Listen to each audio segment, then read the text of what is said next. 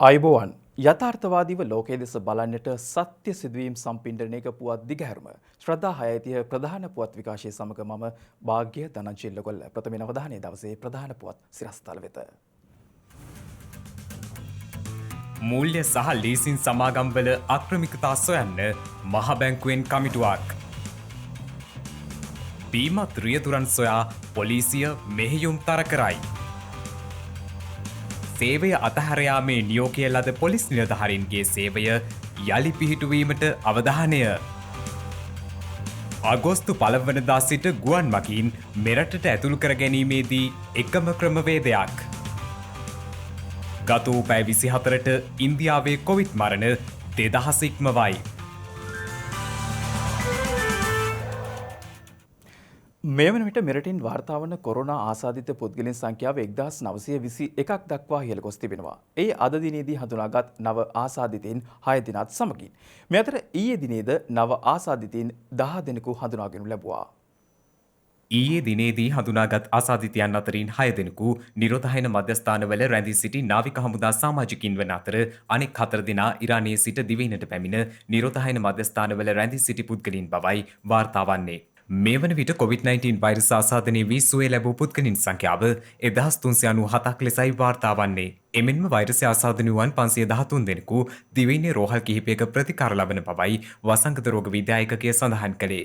රෝහල්වල virus ආසාදිතයන් යයි සැක සහිතව ප්‍රතිකාර ලබන පුද්ගලයන් සංඛ්‍යාව 55ක් වන අතර මේ දක්වා මෙරටින් වාර්තා වන මරණ සංඛ්‍යාව 11ක්. මේ අතර අදාළුවම ගුවන් මගින් 50ක් සහ තවත් ළමුන් දෙදෙනෙකු රැගෙන ශ්‍රී ලංකන් ගුවන් සමාගමට අයත් UL 1020 ගුවන් යානය ඉන්දියාවේ චෙන්නයි සිට මෙරටට පැමිණියා. එම යානයෙන් පැමිණි සියලු මගින් PCR පරීක්ෂණ සිදු කර නිරෝධායන මධ්‍යස්ථාන වෙත යොමු කර තිබෙනවා. මේ අතර තවත් ඉන්දීය ජාතිකයින් 27 දෙනෙකු ඊයේ රාත්‍රියේ මෙරටට පැමිණි අතර එම ගුවන් මගින් පිරිසද PCR පරීක්ෂණය කිරීමෙන් අනතුරුව නිරෝධායන මධ්‍යස්ථාන වෙත යොමු කර ඇති බවයි අප වාර්තාකරු පැවසුවේ.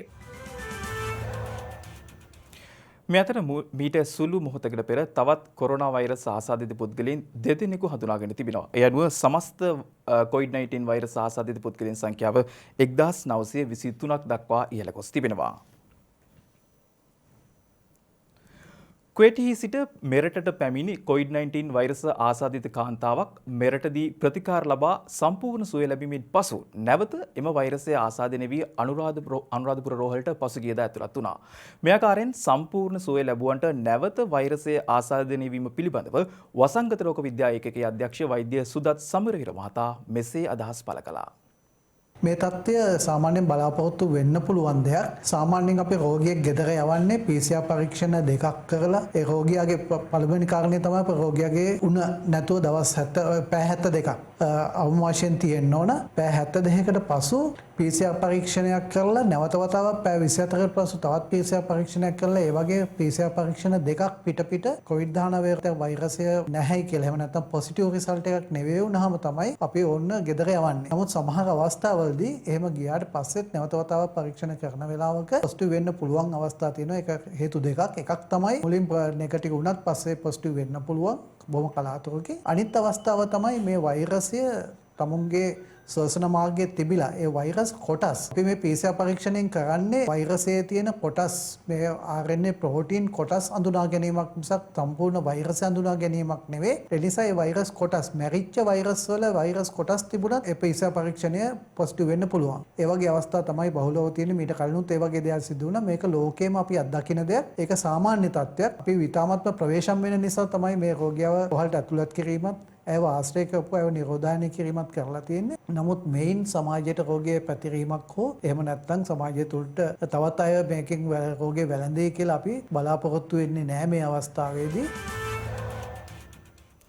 නුදුරේදීම පාසල් ආරම්භ කිරීමත් සමග පාසල් දරුවන්ට මුව ආවරණ පැළඳීම තරම් ප්‍රායෝගික නොවන බව මහජන සෞඛ්‍ය පිළිබඳව නියෝජ්‍ය අධ්‍යක්ෂ ජෙනරාල් විශේෂඥ වෛද්‍ය පබා පණියවර්ණ මහත්මිය පවසනවා. ඇය වැඩිදුරටත් සඳහන් කළේ කොරෝනා වෛරසයෙන් ආරක්ෂා වීම සඳහා සමාජය තුළ පැවති ආරක්ෂිත ක්‍රියාවලියේ ක්‍රමවේදය යම් බිඳ වැටීමකට ලක් වී ඇති බවයි. පාසල් ළමුන්ගේ ඊටාම කුඩා ළමුන්ට මුවාවරණයක් පැළඳීම ඊතරම් ප්‍රායෝගික වන්නේ නැහැ. මොකද දරුවෙකුට මේක දවස පුරාම එක දිගට තියාගෙන ඉන්න හැකියාවක් නැහැ. ඔවුන් ක්‍රියාශීලී, ඔවුන් එහෙ මෙහෙ දුවන පනින කුඩා දරුවන්ට නිරන්තරයෙන් දාඩිය දැමීමක් සිදු වෙන්න පුළුවන්. මුව තෙත්වීමක් සිදු වෙන්න පුළුවන්. ඉතින් ඒ නිසා මුව ආවරණයක් කුඩා දරුවන්ට සුදුසු වන්නේ නැහැ.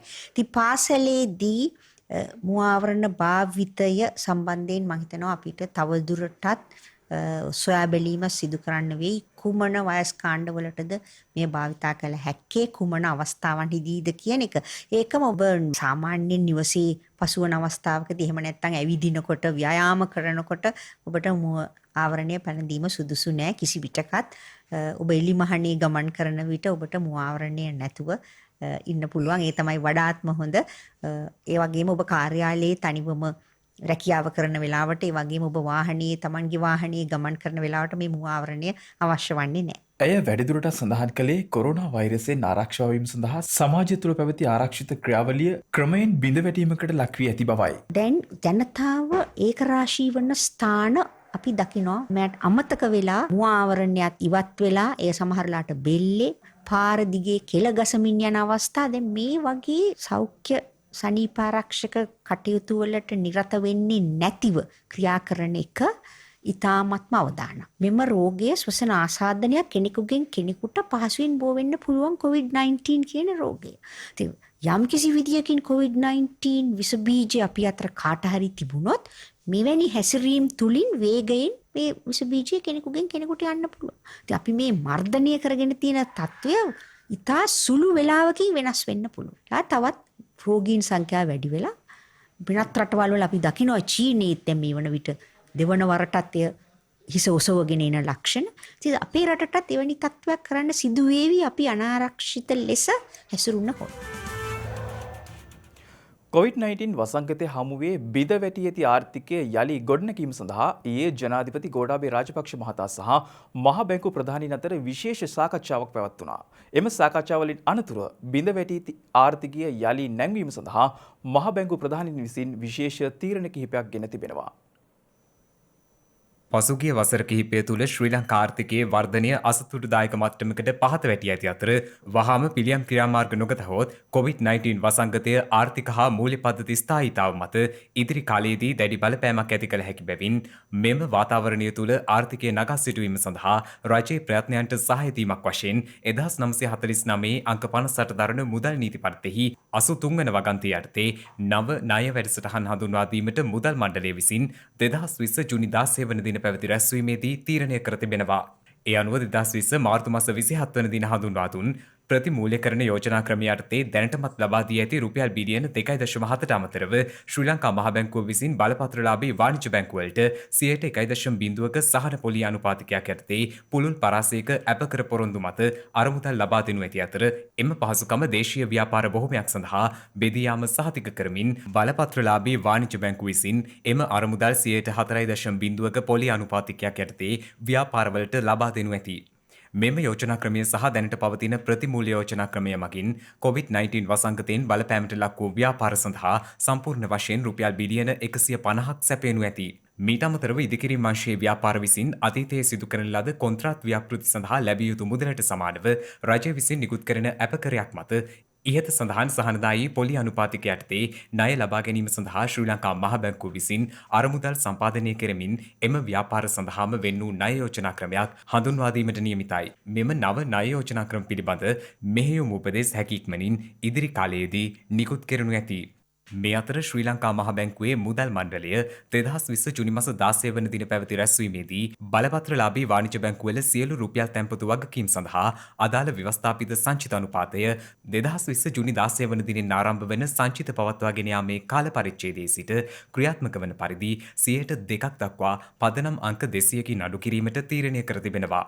ව්‍යවස්ථාපිත සංචිත අනුපාතයේහි මෙම අඩු කිරීම තුළින් දේශීය මුදල් වෙළඳපොළ වෙත රුපියල් බිලියන 115ක අතිරේක ද්‍රවශීලතාවක් සැපේන අතර එමගින් බලපත්‍රලාභී වාණිජ්‍ය බැංකුවල අරමුදල් පිරිවැය අඩු කිරීමටත් ආර්ථිකයේ ණය ප්‍රවාහ ගලා යෑම වේගවත් කිරීමටත් මූල්‍ය පද්ධතියට හැකියාව ලබා දෙනු ඇති.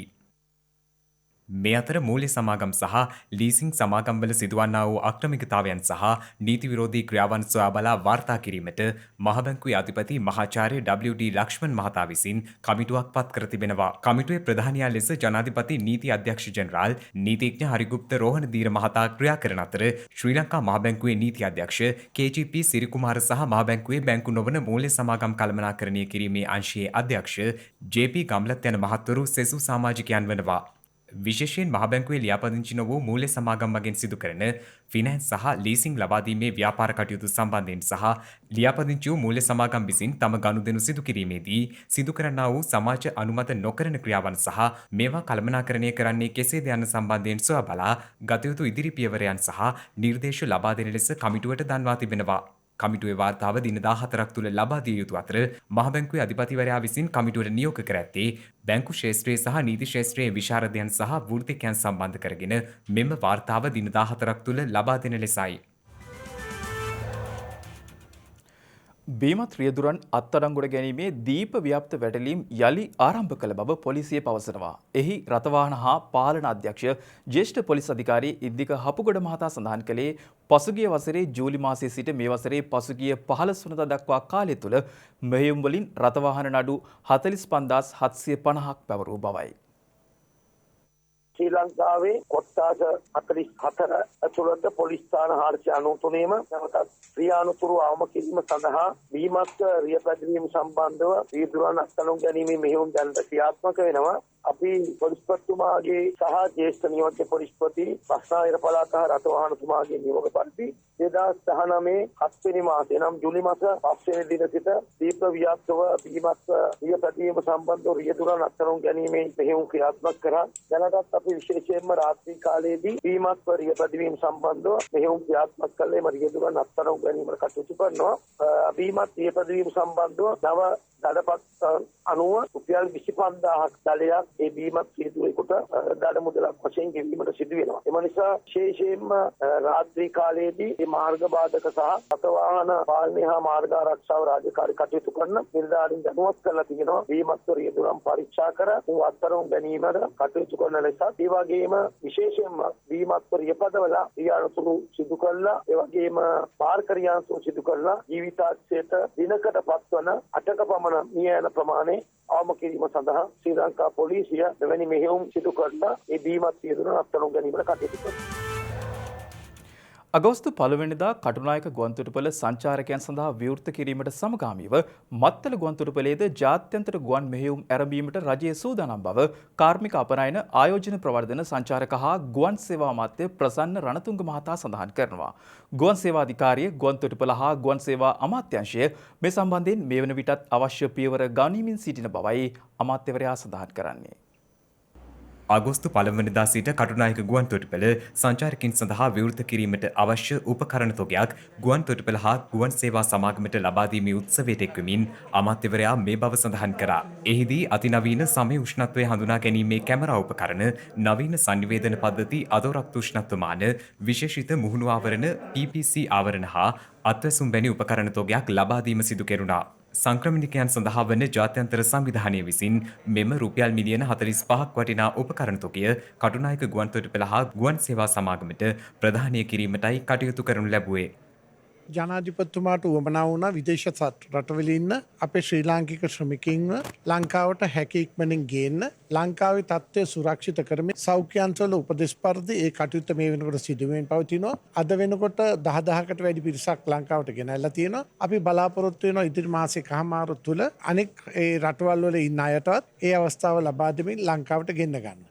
අපි බලාපොරොත්තු වෙනවා අගෝස්තු 1 වෙනිදා ඉන්න සංචාරකීන්ට ලංකාවට එන අවස්ථාව දෙන්න. ලංකාවට එන සංචාරකීන්ටත් ශ්‍රී ලාංකිකයින්ටත් එකම ක්‍රමවේදය අනුගමනය කරලා ඒ කටයුතු කරන්න තමයි අපිට උපදෙස් ලැබිලා තියෙන්නේ. එතකොට මේ ලබා දීලා උපදින උපකරණ හරහා මූලික හඳුනා ගැනීමක් කරන්න පුළුවන්කම ලැබෙනවා. කටුනායක ගුවන් තොටුපළ විවෘත කරනවත් එක්කම මත්තල ගුවන් තොටුපළත් විවෘත කරන්න. ඒ වගේම ගුවන් සමාගම් වලට අපි දීලා තියෙනවා විශේෂ සහන මත්තල ගුවන් තොටුපළට ගුවන් යාන එනකොට එනිසා අපි බලාපොරොත්තු වෙනවා මේ කටුනායකත් මත්තලත් දෙකම සමගාමීව සංචාරකින් හා ගුවන් යාන ගෙන්න එන්න අපි බලාපොරොත්තු වෙනවා. සවුත් අත්ක දැන් මේ වෙනකොට සාකච්ඡා කරමින් තියෙනවා බලාපොරොත්තු වෙනවා විදේශ රටවලින්ම PCR පරීක්ෂණය කරලා ගෙන්න ගන්න. ඒ කෙසේ වෙතත් ලංකාවට ගොඩ බාපු ගමන්ම ලංකාව ගුවන්තොටුපොළ තුලදී මේ PCR පරීක්ෂණය කරලා ඒ අයව කොරන්ටයින් කරන්න අපි කටයුතු කරනවා. ඊට පස්සේ ඒ අයට රෝගීන් හමු වුණොත් එහෙම ඒ අයව සෞඛ්‍ය අංශවලට ලබා දෙන්න. නැත්නම් ඒ අයට තමන්ගේ සංචාරයේ ඉදිරි කටයුතු කරගෙන යන්නත් අවස්ථාවක් අපි හදලා දෙනවා. විශේෂකාර්ය බලකායද ඇතුළුව ශ්‍රී ලංකා පොලිස් සේවයේ අතහැර යාමේ නියෝගය මත ලබා සිටින නිලධාරීන් සිදු කරන අභියාචනා සැලකිල්ලටගෙන ඔවුන් නැවත සේවය පිහිටවීම සඳහා කැබිනට් මණ්ඩලයේ අනුමැතිය හිමි වී තිබෙනවා. නිවේදනයක් නිකුත් කරමින් ආරක්ෂක අමාත්‍යාංශය සඳහන් කරන්නේ ජාතික පොලිස් කොමිසමේ සහ මැතිවරණ කොමිසමේ එකඟතාව මත එම නිලධාරීන් කොන්දේසිවලට යටත්ව නැවත සේවයේ පිහිටුවීමට නියමිත බවයි. ඒ අනුව 2019 ජුනි 1 වන දිනට පසු සේවය අතහැර යාමේ නියෝග ලබා සිටින නිලධාරියන් 2020 ජනවාරි 1 වන දිනට වයස අවුරුදු 50ට අඩු විය යුතු අතර පසුබිම් පරීක්ෂණයකට හා නැවත සේවයට බඳවා ගැනීමට තරම් යහපත් මානසික සෞඛ්‍ය තත්ත්වයකින් පසුවේද යන්න පිළිබඳවද වෛද්‍ය පරීක්ෂණයකට පෙනී සිටිය යුතුයි. එමෙන්ම සේවය අතහැර යාමේ නියෝග ලැබීමට පෙර උතුරු හා නැගෙනහිර ප්‍රදේශවල අවම වශයෙන් වසරක කාලයක් සේවයේ නිරත වී සිටීම පිළිබඳවද අවධානය යොමු කරනවා. මෙලෙස නැවත සේවයේ පිහිටුවන නිලධාරයන් පොලිස්පති විසින් යොමු කරනු ලබන මාසකට නොඅඩු කාලයක ධාරිතා පුහුණු කාලයකට යටත් වන අතර පොලිස්පතිවරයා විසින් තීරණය කරනු ලබන ප්‍රදේශයක වසර 3ක අවම කාලයක් සේවය කළ යුතු වෙනවා. නැවත සේවයේ පිහිටුවීම පිළිබඳව අවසාන තීරණය කමිටුව විසින් ගනු ලබන බවයි එම නිවේදනයේ වැඩිදුරටත් දැක්වෙන්නේ. ඒ අනුව දැනට සේවය අතහැර යාමේ නියෝගය ලබා සිටි නිලධාරීන් තම අභියාචනය නියමිත ආකෘති පත්‍රය සම්පූර්ණ කර අතිරේක ලේකම් ආරක්ෂක අමාත්‍යාංශය 14 වන මහල සුහුරුපාය බත්තරමුල්ල යන ලිපිනයට ජූලි මාස 7 වන දිනට පෙර ලියාපදිංචි තැපෑලෙන් හෝ ගෙනවිත් බාර දිය යුතු බවයි සඳහන් වන්නේ. ලෝකයේ සමහර තැන් નિરાයාසයෙන්ම අපට මුණ ගැසෙද්දී සමහර තැන් අපට මගහැරීම අරුමයක් නොවේ. එලෙසින් අපිට මගහැරී ගිය තැනක් තුල මිරුගුවෙන් පිනිදේ යදින අහිංසක ජීවිතවලට මහත් අස්වැසිල්ලක් වූ සොඳුරු සිතක් ගැනයි අද අපි කියන්නට යන්නේ. ඔහුගේ කතාවෙන් අපිට අවසානයේ කිව හැකි යමක් තියෙනවා. ඒක තමයි ලෝකයේ තුල මානුෂීය හිත් ඇති මිනිසුන් ජීවත් වන තුරාවට ගහකොළ සතා සීපාවන්ද කිසිදා තනි නොවනු ඇති බවයි. මේ කෙන්යාවේ තස්වෝ ජාතික වනෝද්‍යානය. අප්‍රිකා මහදීපයේ පිහිටි අනිත් රටවලට මෙන්ම මෙම ප්‍රදේශයටද වැස්ස කියන්නේ ඉතා අසීමිත සම්පතක්. වසරේ වැඩි කාලයක් වේලි කාලගුණයක් මෙම ප්‍රදේශවල පවතිනවා. නියමිත කාලවලට වැස්ස වැඩුණේ නැත්තම් අසරණ වෙන්නේ මේ ප්‍රදේශයේ ජීවත්වන මිනිසුන් විතරක් නෙමෙයි මේ අහිංසක සත්තු ගොඩක් අසරණ වෙනවා. මිනිසුන් කෙසේ හෝ තමන්ගේ අවශ්‍යතාවයට ජලය සොයාගත්තත් මේ අසරණ සතුන් බොහෝමයකට සිදුවන්නේ ස්වභාව ධර්මයේ අවාසනාවන්ත ඉරණමට මුහුණ දීමටයි. කටුපඳුරු සහිත හාත්පසම වියලීගේ ප්‍රදේශයක්. දුෂ්කර මාර්ගයක ගමන් කරන පවුසරයක්. මේ උදකලා මිනිසා කොහේ යනවා වෙන්න පුළුවන්ද?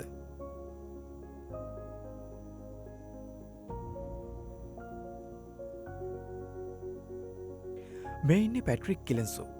නැතිනම් බොහෝ දෙනෙකු ඔහුව හඳුන්වන්නේ වතුර මිනිසා ලෙසයි. අසරණ ජීවිත දහස් ගණනක් වෙනුවෙන් තම ජීවිතය කැප කරන ලද උතුම් පරාර්ථකාමී මිනිසෙක්. මේ විදියට වියලි දුෂ්කර මාර්ගයක ජලය පුරවාගත් බෞසරයක් පදවාගෙන යාම ඔහුගේ දෛනික ජීවිතයේ රාජකාරයක් බවට පත්වෙලා. ඒ ඔහු එනකම් ජීවිත දහස් ගණනක් මග බලන් ඉන්න නිසයි. ඒ වෙන කවුරුත් නෙවෙයි. තස්වෝ ජාතික වනෝද්‍යානයේ ජීවත්වන අහිංසක සතුන්. මේ අහිංසක සතුන් ජීවත් වෙන්නේ පැට්‍රික් නිසා කිව්වොත් වැරදි නැහැ.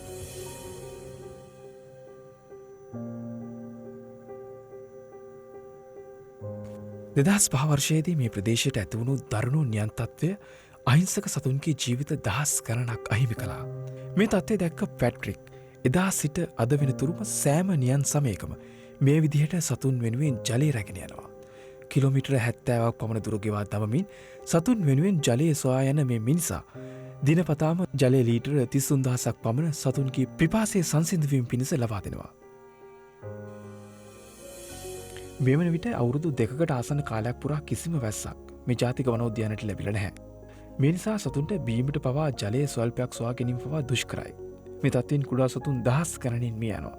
සිංහයන්, කොටි, අලි වැනි සතුන් විශාල වශයෙන් මිනිස් ජනවාස වෙත සංක්‍රමණය වෙනවා. මේ නිසා සතුන්ගේ ජීවිත පමණක් නොවේ මිනිසුන්ගේ ජීවිතවලටද තර්ජනය එල්ල වෙනවා. මෙසේ සතුන් වෙනුවෙන් රැගෙන එන ජලය ස්වභාවික ජල පොකුණුවලට මුදා හැරියත් එය තරම් සාර්ථක වූයේ නැහැ. වේලීගිය පොළව ජලය වැඩි කාලයක් රඳවා තබා ගැනීමට සමත් වූයේ නැහැ.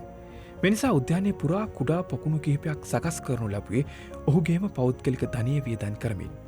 ඔහුගේ මේ මෙහෙවර නිසා මෙම උද්‍යානයේ කිසිම සතෙකු නියගිය නිසා මිය ගොස් නැහැ. මේ සිදු කරන අමිල කැපකිරීමෙන් ඔහු ලබන එකම ලාභය වන්නේ ආත්ම තෘප්තියයි. අප ජීවත්වන්නේ ඉතා කෙටි කාලයක්. මේ කෙටි කාලය තුළ අප කෙතරම් ලෞකික බැඳීම් පසුපස හඹා යනවාද. ධනය බලය පසුපස හඹායන නිස්සාර ජීවිතයේදී අප අනුන් පිළිබඳ සිතන්නේ නැති තරම්. එසේ කරත් අපි කරන්නේ කිසියම් ලාභ ප්‍රෝජනයක් උදෙසා පමණයි. එවන් සමාජයක තම ධනය කාලයේ කැප කරමින් කිසිම පිළිසරණක් නොමැති මේ අසරණ ජීවිත දහස් ගණනෙන් රැක ගැනීමට මේ උතුම් මිනිසා කරන කැපකිරීම සදා අමරණීයයි.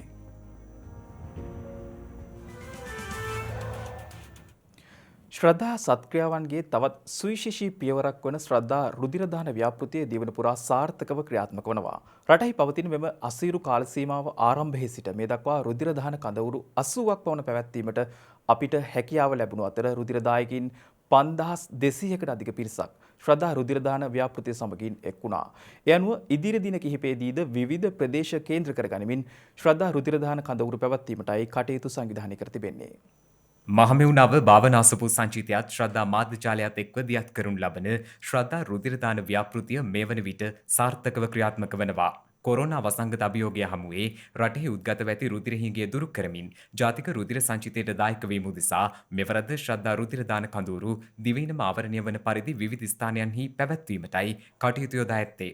දියකොබල සමාධි නිකේතන බෞද්ධ මධ්‍යස්ථානය නිකවැරටිය කොටවෙහෙර රජමහා විහාරය ආදී ස්ථාන කේන්ද්‍ර කරගනිමින් හෙට දිනේදීද ශ්‍රද්ධා රුධිරදාන කඳවුරු පැවැත්වීමටයි කටයුතු යොදා ඇත්තේ. මෙවැනි අසීරු මොහොතක ශ්‍රද්ධා රුධිරදාන කඳවුරු වලට සහභාගී වී දුර්ලභ පුණ්‍ය කටයුත්තක කොටස්කරුවෙකු වෙමින් දේශයට සවියක් වීමට ඔබටත් අවස්ථාව පවතිනවා. සිව් දෙසින් වාර්තා වූ පුවත් කිහිපයක් සමගින් දැන් සිව් දෙසින් පුවත්.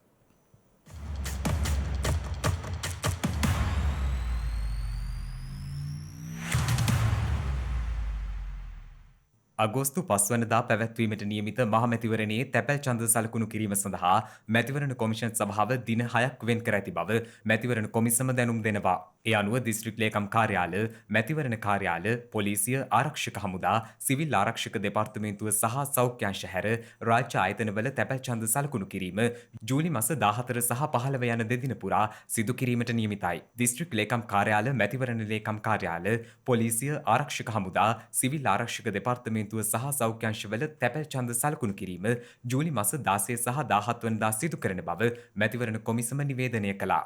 එම දිනවලදී තැපැල් ඡන්දය සලකුණු කිරීමට අවස්ථාව නොලැබෙන තැපැල් ඡන්ද හිමියන්ට ජූලි මාස 20 සහ 21 යන දිනවලදී සිය ඡන්දය භාවිතා කළ හැකියි. එසේම පාර්ලිමේන්තු මැතිවරණයේ නිල ඡන්ද දැන්වීම පත්‍රිකා තැපැල්ට බාර දීම ජූලි මාස 11, 12 සහ 13 යන දිනවලදී සිදු කෙරෙනවා. එමෙන්ම මැතිවරණයට අදාළ නිල ඡන්ද දැන්වීම පත්‍රිකා බෙදා හැරීම ලබන මාස 29 වන දිනට අවසන් විය යුතු බවද මැතිවරණ කොමිසම සඳහන් කරනවා.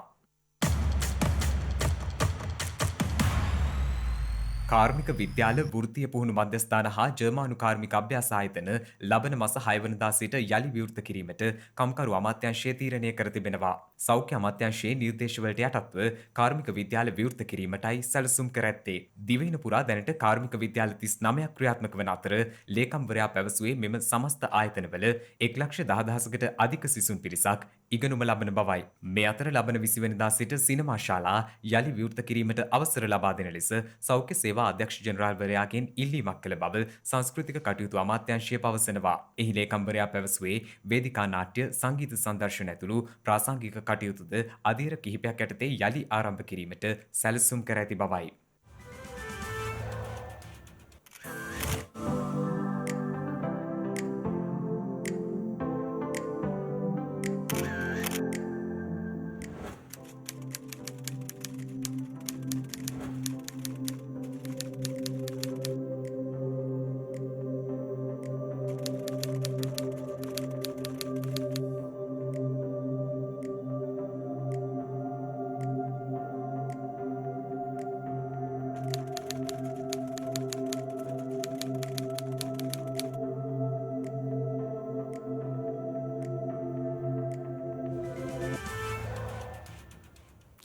දිනක සටහන් නිමවන්නට මත්තෙන් හෙට දවසේ වැදගත්කම ගැනයි මේ.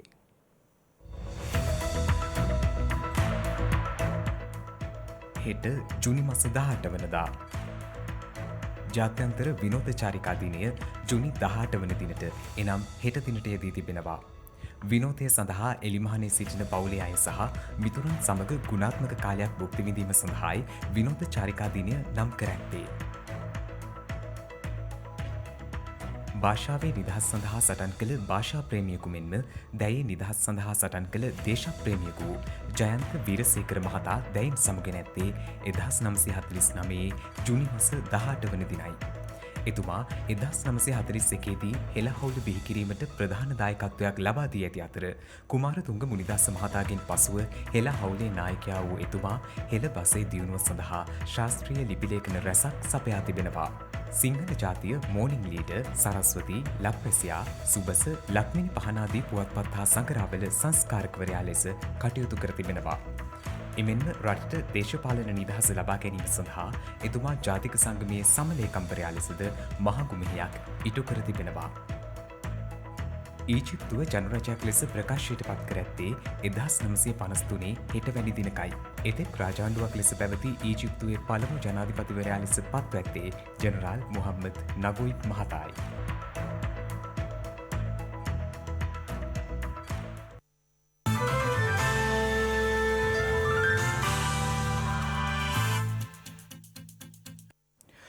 COVID-19 වෛරසයෙන් ගත වූ පැය 24 තුළ වැඩිම මරණ ප්‍රමාණය මෙන්ම ඉන්දියාවේ දිනක් තුළ සිදු වූ වැඩිම මරණ ප්‍රමාණය ඊයේ වාර්තා වී තිබෙනවා.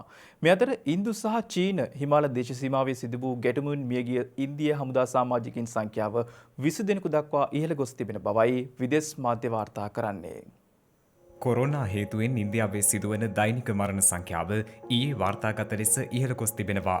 ඒ ඊයේ දිනේදී නව මරණ 2006ක් වාර්තා වීමත් සමගයි. එමෙන්ම ඊයේ දිනේදී එරටින් ආසාදිතින් 11135ක් වාර්තා වී තිබුණා. ඒ අනුව අසල්වැසි ඉන්දියාවෙන් මේ වන විට වාර්තා වන මුළු ආසාදිතින් සංඛ්‍යාව 3,55,060ක් වන අතර වාර්තා වන මරණ සංඛ්‍යාව 11,922ක්.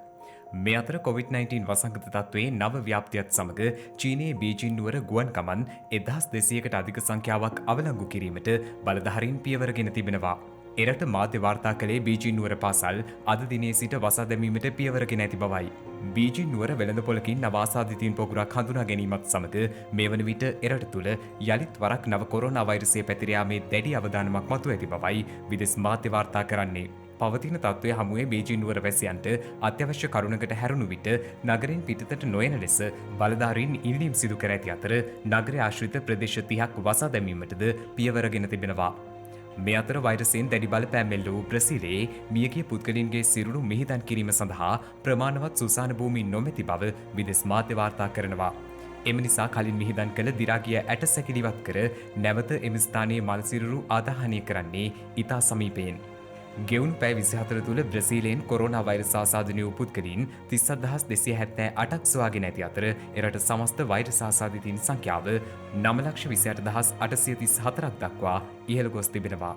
එමෙන්ම බ්‍රසීලයේ ගත වූ පැය 24 තුළ කොරෝනා මරණ 1338ක් සිදු වී ඇති අතර එරට මේ වන විට සිදු ඇති මුළු කොරෝනා මරණ සංඛ්‍යාව 45456ක් වනවා. ඉන්දු චීන දේශ සීමා අතර ලඩාක්ෙහිදී චීන හමුදා සමග ඇති වූ ගැටුම් වලින් මියගිය ඉන්දිය සොල්දාදුවන් ගන්න 20ක් දක්වා ඉහළ ගොස් තිබෙනවා. විදේශ මාධ්‍ය වාර්තා සඳහන් කළේ ඉන්දු චීන හිමාල දේශ සීමාවේ දෙපාර්ශ්වය අතර වසර 45කට පසු සිදු වූ දරුණුතම ගැටුම මෙය වන බවයි. එලෙස මියගිය ඉන්දියානු හමුදා සමාජිකින් අතර හමුදා කර්නල්වරයෙකුද සිටින බවයි විදේශ මාධ්‍ය වාර්තා කළේ. ඔවුන් පෙන්වා දෙන්නේ අදාළ ගැටුම් වලින් චීන හමුදා සමාජිකයින් 43 දෙනෙකු පමණ තුවාල ලබා ඇති බවයි. මේ අතර ඉන්දියාවේ විදේශ අමාත්‍යාංශයේ ප්‍රකාශකයෙකු ප්‍රකාශ කර ඇත්තේ මෙම ගැටුම ඇති වූයේ දේශ සීමාවේ පවතින තත්ත්වය ඒකපාර්ශ්විකව වෙනස් කිරීමට චීන පාර්ශවයගත් උත්සාහයක් නිසා බවයි. එමෙන්ම ඉන්දියාව සඳහන් කර ඇත්තේ සිද්ධිය සම්බන්ධයෙන් චීන බලධාරීන් සමග සාකච්ඡා කිරීමට ඉදිරියේදී කටයුතු කරන බවයි. මේ අතර දේශ සීමා සම්බන්ධයෙන් ඉන්දියාව සහ චීනය අතර ඇති වූ ගැටුම්කාරී තත්ත්වය සමකාමීව අවසන් කළ යුතු බව එක්සත් ජාතීන්ගේ සංවිධානයේ මහලේකම් අන්තෝනියෝ ගුටේරස් ප්‍රකාශ කරන බවයි විදේශ මාධ්‍ය වාර්තා කරන්නේ.